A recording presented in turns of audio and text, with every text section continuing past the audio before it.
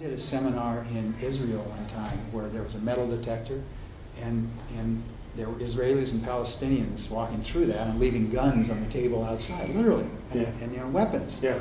And then they would come in the room and sit on opposite sides, and the hatred was palpable. I mean, I was even wondering, why am I here? Is this okay? Am I wasting my time? Is it safe? It was a 5-day seminar. At the end of 3 days, they're hugging each other with tears in their eyes. So it can happen that fast. And I'd rather hold that possibility inside of me than let's fight terrorism. I'd rather put my energy into let's grow the heart. How can we learn to do that better? Because it's there. Where I look is where I go.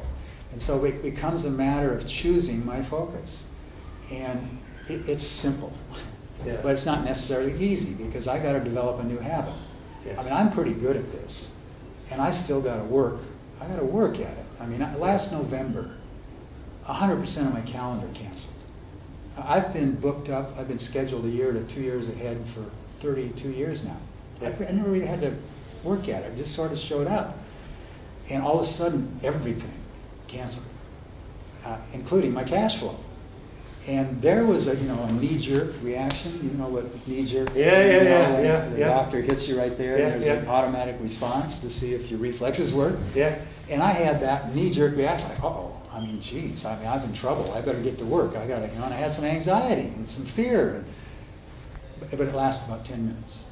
I mean, 25 years ago, it probably would have lasted 6 months or more.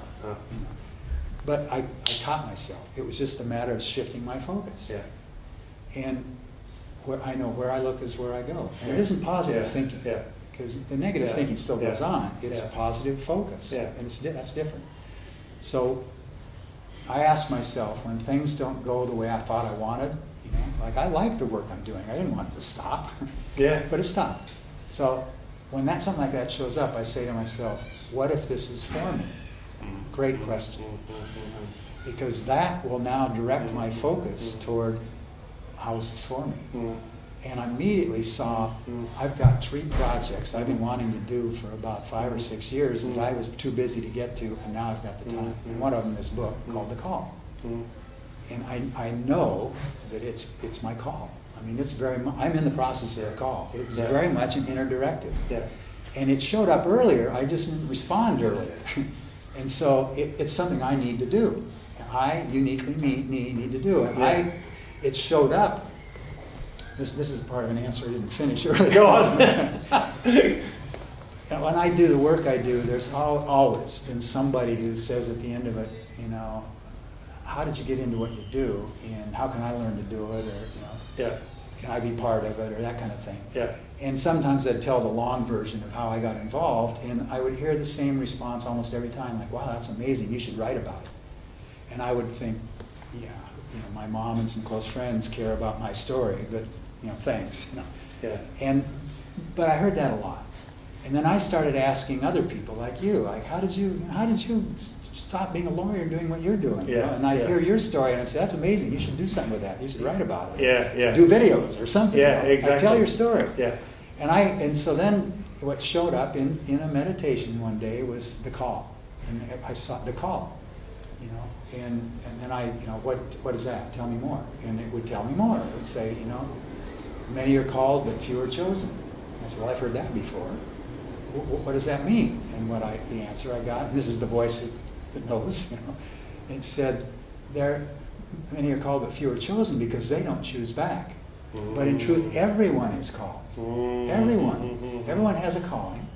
And if you respond to it, it's magic. It's the flow. It's the ease of life. It's the beauty. It's the wonder. Well, that was my call to do this book, and it showed up 5 or 6 years before I actually did it. And it took taking away everything that was a distraction from that to get me to choose into it. To pave the way. Now, I look back and said, well, it probably could have been easier had I just responded back there when the message first showed up, instead of waiting until I'm stripped of all the good stuff I think I wanted. I've had that experience quite a bit, where, like the best lesson I've learned, the most difficult, was detachment. Starting when I thought, right out of college, started a business, entrepreneur, grow. I thought success was, money and stuff. My father, my grandfather, the environment I was in, that was what they respected. So that's what I'm supposed to do. So I did it. Yeah. In that process, of accumulating more stuff, and then I lost it 3 times. 2 divorces, where the wife got almost everything.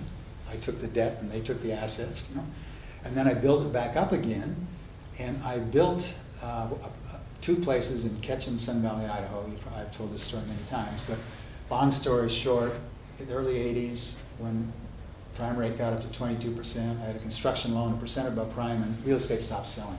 And I had a huge amount of my money invested in this for 3 years. I was putting more money into it, wasn't selling. I was intending to sell one of the properties, keep the other, and I was going to retire there. Beautiful place. Mm. But I finally called the bank and said, take it, it's yours. And I was attached to that place mentally, emotionally, financially, and spiritually, because it was a place I created inside of me and then physically built it. Mm. So I had attachment at every level. And the last thing in the world I wanted to do was let it go. And the biggest fear I had was I'd lose what I had. And what you fear will come upon you. I mean, I created, separating from that. Yes. The day I called the bank, it was like minutes afterwards, and said, it's yours. In other words, I let it go. This amazing sense of freedom came over me, and I started laughing. I couldn't begin to describe it, but it was wonderful. Yeah. And it stayed with me. It's like I took their worst shot, and I'm still standing.